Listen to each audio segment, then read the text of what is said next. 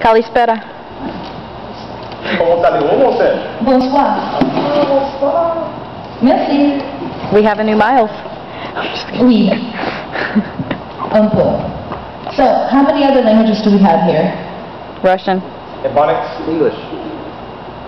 Wonderful. Isn't it wonderful how all words can come together? And they sound so musical and so inspiring in their own way. I'm getting inspiration right here. Although I came unprepared, I'm feeling so not need to be prepared to come here. It just feels so wonderful, right? Now, the other thing I wanted to say, based on the inspiration from the first gentleman, how you said everything has been taken, I started just imagining things right there. And then how Chavez said the abomination, how the oil spill was not an accident. Oh boy, was I imagining things right there.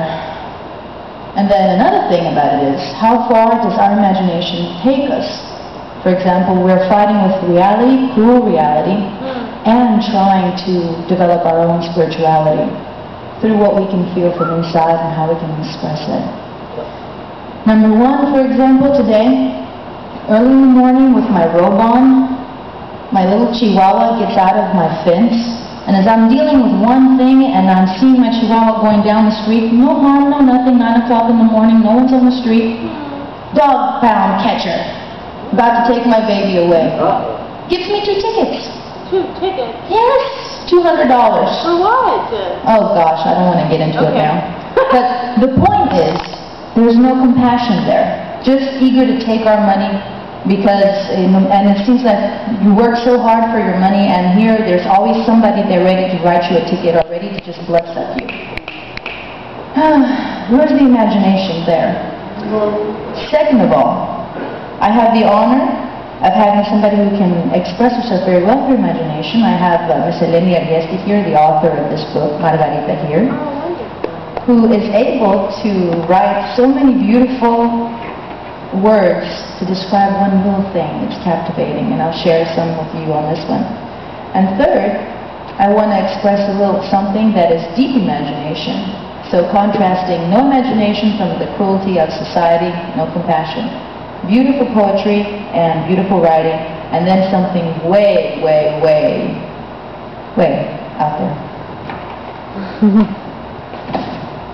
This is a story titled Margarita. It's in Greek, I'm sorry, I'm trying to translate it. But this is about a girl who's very poor and she's working underpaid as a nurse, and she really feels free with her connection at nature. And as she's at a boat ride with 2 young men, she just feels alive again. Margarita would get drunk with everything. If she could, she would like to follow like an all-naked mermaid hanging on the prow of the boat. To splash her feet, to stretch her body, and surrender them to the petting strokes of the waves. She adored the sea. She could do anything inside her. She could feel in love. She could be spellbounded. She could think. This liquid element was an extension of her own blood. Inside its existence, she unfolded and existed. Everything would evolve to a new level. Thank